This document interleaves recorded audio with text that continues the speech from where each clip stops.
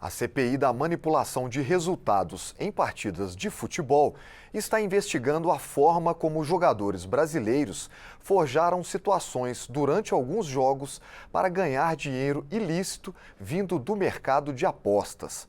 O presidente da CPI é o deputado Júlio Arcoverde, do PP do Piauí. E para falar sobre as ações da CPI, ele é o nosso convidado no programa Palavra Aberta. Deputado, seja muito bem-vindo ao programa. Para a gente começar, eu acho que o senhor poderia apresentar aí um breve cronograma, quando começa, quando termina a CPI da manipulação dos resultados do futebol. Pois não, Marcelo. Eu queria aproveitar, agradecer essa oportunidade e dizer que quando eu fui convidado para ser o presidente da CPI da manipulação dos jogos, a gente instalou a CPI com um plano de trabalho. Esse plano de trabalho consistia, na primeira etapa, já ir em cima dos indícios que já existiam, que era a operação penalidade máxima feita pelo Ministério Público do Goiás, e essa é a primeira parte do nosso plano de trabalho.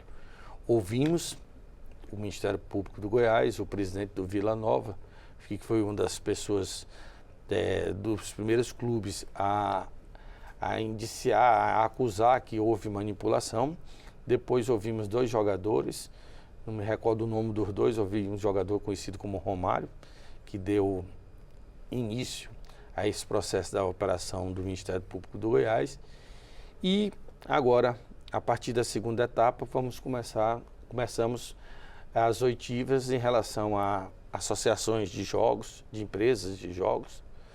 E agora vamos começar a ouvir sindicatos, Comissão de Arbitragem da CBF, Associação Nacional de Árbitros, para que a gente possa conseguir fechar duas pontas da CPI. Já o que já existia e continuar com o outro lado das manipulações que não foi averiguado pelo Ministério Público do Goiás na sua operação penalidade máxima. Bom, eu queria falar sobre algumas questões práticas a respeito da manipulação do futebol.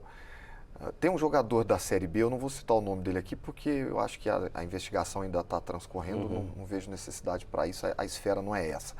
Mas um jogador da Série B foi flagrado num grampo recebendo R$50 mil por partida que ele ajudasse a manipular.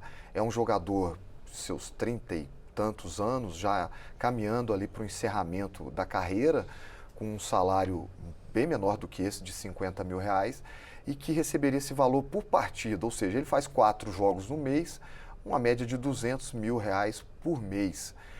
É muito difícil segurar esse tipo de situação. Como é que as pessoas pretendem enfrentar uma situação tão difícil de controlar, imagino eu? É muito difícil controlar, não só no Brasil, como no mundo inteiro.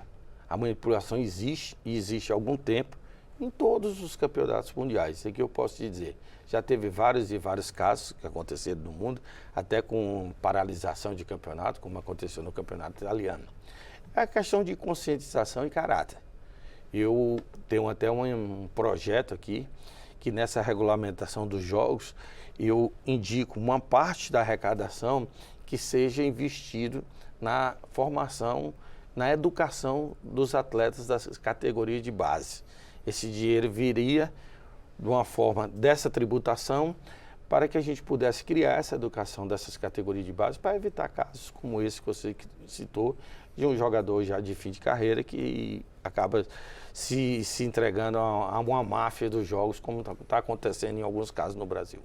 Eu fui dar uma pesquisada e a legislação a respeito disso não ficou tão clara para mim.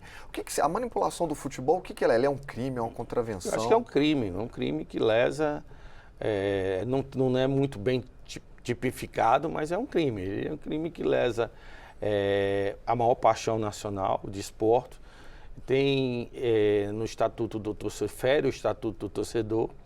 O que a gente tem que tratar agora é que a gente possa fazer na CPI, punir aqueles que realmente participaram desses esquemas. E essa CPI, desde o início, o presidente Arthur nos orienta que a gente tem que ter uma questão propositiva, que a gente possa, dentro dessa CPI, sair um embrião para um PL de proposição que é para evitar que isso aconteça. Ou seja, os senhores vão propor um projeto de lei para endurecer a punição? Qual seria a direção? Endurecer a punição e criar alguns mecanismos que possam segurar um pouco as apostas. Por exemplo, eu sou favorável que a gente crie uma agência reguladora. Não é um departamento do Ministério da Fazenda, sim uma agência reguladora. Se eu não me engano, na França é uma agência reguladora. Onde é que existe maior quantidade de corrupção, de manipulação e corrupção nos jogos? É em cartão amarelo, pênalti, escanteio. Então você tem que tentar limitar a quantidade de apostas. Em alguns países, você só pode apostar no resultado do primeiro tempo, no resultado do segundo tempo e no resultado final da partida. Isso evita com que haja uma maior corrupção e uma corrupção mais frágil em relação a escanteio, a pênalti, a cartão amarelo. Teria que ter o time inteiro comprado. Teria Um jogador que apenas não é capaz de determinar o resultado da Isso partida. era um mecanismo que a gente consegue coibir muito essa questão da manipulação. Agora, com relação aos jogadores, os senhores identificaram indícios realmente fortes dessa manipulação? Os senhores pretendem pedir um indiciamento, sugerir algum tipo de punição para esses jogadores, não falando no aberto, mas nomes específicos? E esses jogadores já foram julgados e penalizados pelo STJD.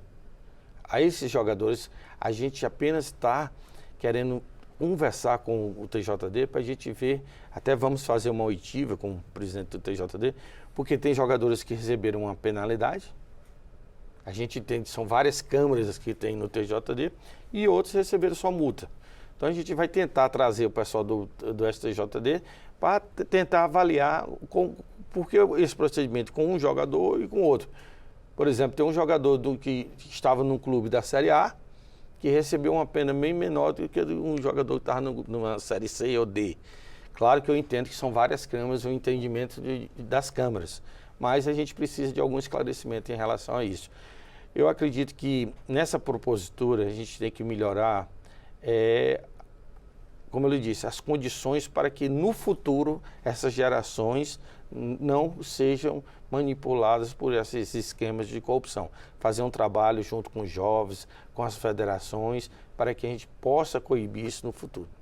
Deputado, acho que uma das maiores agências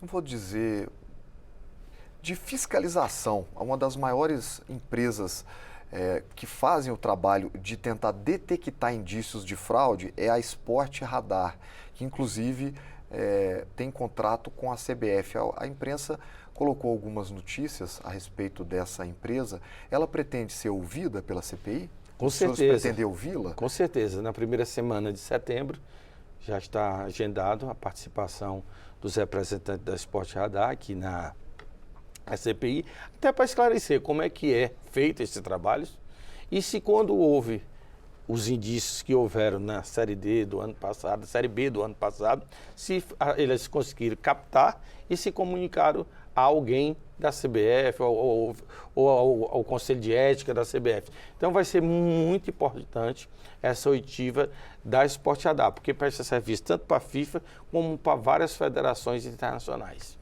E com relação ao futebol, a gente sabe que a manipulação ela gera essa mídia toda no campo criminal, mas existe a parte esportiva que também fica bastante prejudicada. Como é que os senhores estão enxergando essa questão?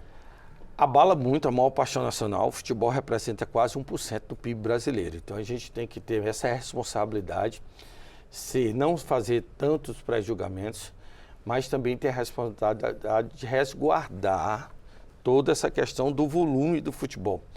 Eu até agora, na CPI, e tudo que a gente participou de oitivas, de averiguações, ainda não maculou nenhum dos campeonatos.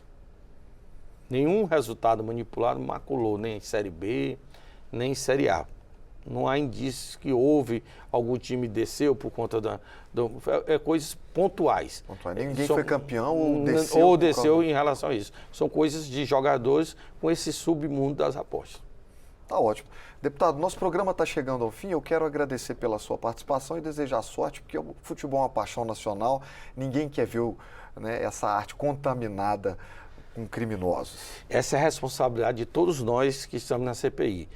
punir, mas também blindar essa maior paixão nacional, como eu disse, que envolve tantos interessados e representa quase 1% do PIB brasileiro. Muito obrigado, deputado. Obrigado, Marcelo. E se você quiser rever ou compartilhar esta entrevista, basta acessar a página da Câmara dos Deputados na internet ou procurar pelo nosso canal no YouTube.